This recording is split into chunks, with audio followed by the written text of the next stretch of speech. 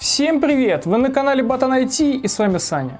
В этом видео я расскажу о новостях со сцены PS4 за первые 2 недели октября 2021 года, а также инсайды, которые мне известны. Я уже рассказывал, что иногда мне поступают инсайды, но сейчас у меня появился новый источник, который сильно приближен к разработчикам сцены и знает все то, что скрыто для остальных. Он или она обладает практически всей существующей информацией. Я для удобства буду говорить «он». Так вот, на данный момент мне известно практически все, что будет далее происходить на сцене. На самом деле сбывается не все, а где-то 80% из того, что мне поведали.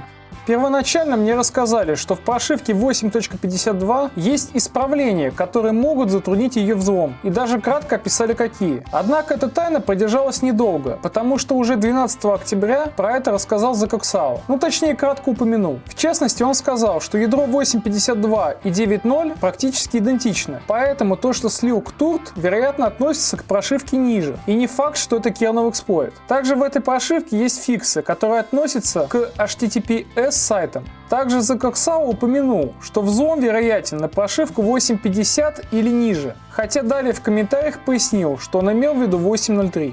Инсайт сбылся.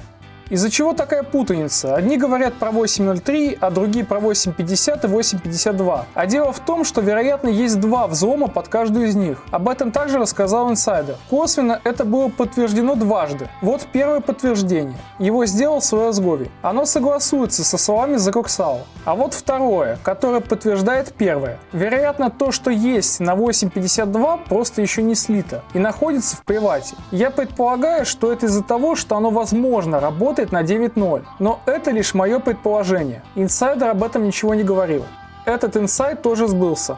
Далее инсайдер поведал мне историю про HackerOne и публикацию взлома от Webflow. На сайте есть вот такие циферки рядом с отчетами. Это голоса. Они показывают интерес к раскрытию какого-либо отчета. По его словам, для открытия отчета Webflow нужно было минимум 75 голосов. Знаете, если посмотреть ветку, то все отчеты, набравшие 100 голосов, действительно раскрыты. А те, что имеют несколько голосов, так и остались закрыты. Так что, вероятно, в его словах есть рациональное зерно. Также он сказал, что если будет набрано 100 голосов, то начнется движ на сцене.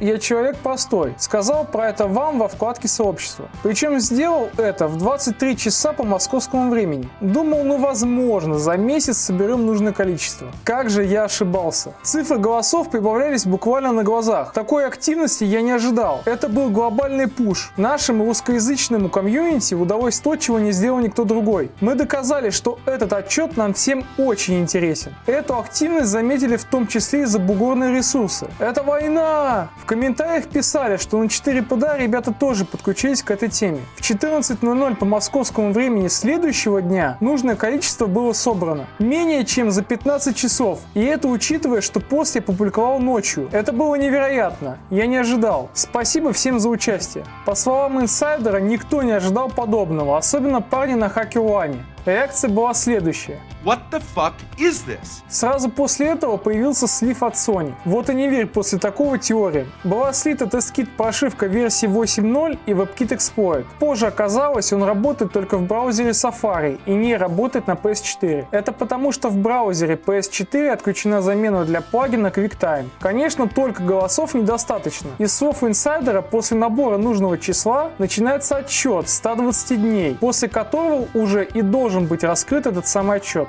Пока не прошло 120 дней, нельзя точно сказать, сбылся ли он полностью.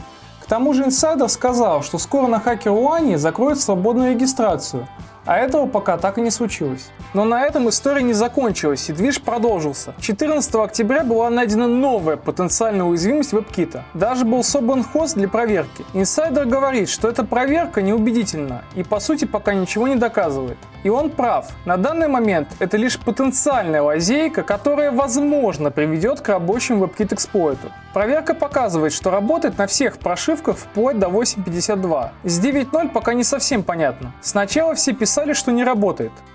Потом стали писать, что работает. На момент записи видео в Твиттере уже есть подтверждающие тесты на 9.0.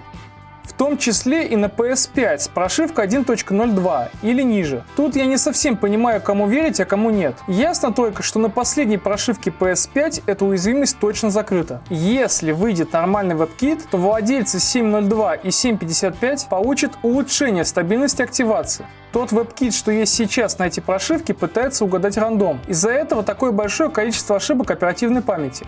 В идеале стабильность может приблизиться к тому, что есть на 6.72, а те, у кого прошивка 8.0 или выше, получат точку входа для эксплойта ядра, по сути половину взлома. Чуть позже появился расширенный тест проверки на PS5. Как видите, вроде все проходит успешно. Кстати, на PS5 используется тот же трюк с подменой руководства пользователя на хост с помощью DNS, как это было на PS4. Был момент, когда я упрекал Conseil Mania в том, что он не показал даже скриншотов своего инсайда. Но вы должны понимать, что он брал информацию где-то на Reddit, по сути в открытом источнике, а мне она поступает в личку. Я стараюсь быть очень осторожным в своих высказываниях, потому что не могу разглашать все то, что знаю. К тому же, опять-таки, сбывается не все. Скажу следующее. Если у вас прошивка 8.03 или ниже, то ни в коем случае не обновляйтесь выше. Забудьте про слово обновление. Вообще пропишите DNS или выдерните интернет из приставки. Если же у вас прошивка 8.50, ну такое. Скажу так, шансы есть. А вот для тех, у кого 8.52, новости не очень хорошие. В этой прошивке есть фиксы, которые могут затруднить запуск эксплойта. Опять же, про это уже частично рассказал за Куксало. У меня даже есть данные про стабильность. 70 из 100 на 8.03 и 30 к 100 на 8.50. Про 8.52 данных нет. Не совсем понимаю, как эта стабильность высчитывалась, но вот такие данные мне прислал инсайдер. Про сроки выхода и другие подробности не могу говорить. Очень хочется, но я обещал молчать. По сути, так уже рассказал многое. Главное, ждите.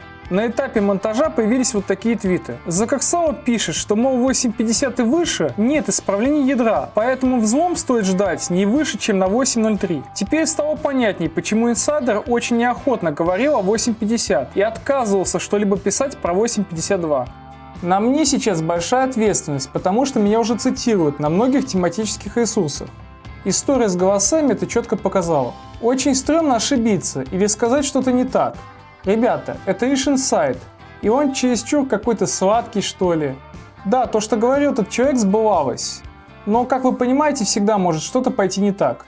Поэтому заранее извиняюсь, если все это окажется фейком. Спасибо Киригазик и Пунки за донаты. Даже немного смущаюсь, когда мне столько присылают. Спасибо, прямо от души, ребята. Евгению с сервисного центра Римкури отдельное спасибо за поддержку донатом, а также всем подписчикам на Патреоне. Ваша поддержка мотивирует меня создавать как можно более качественные видео. Все для вас, мои дорогие подписчики. Вот мой инстаграм для связи, а ссылки на донаты и Patreon вы найдете в описании.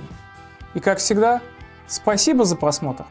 Подписывайтесь на канал, ставьте лайки. До свидания.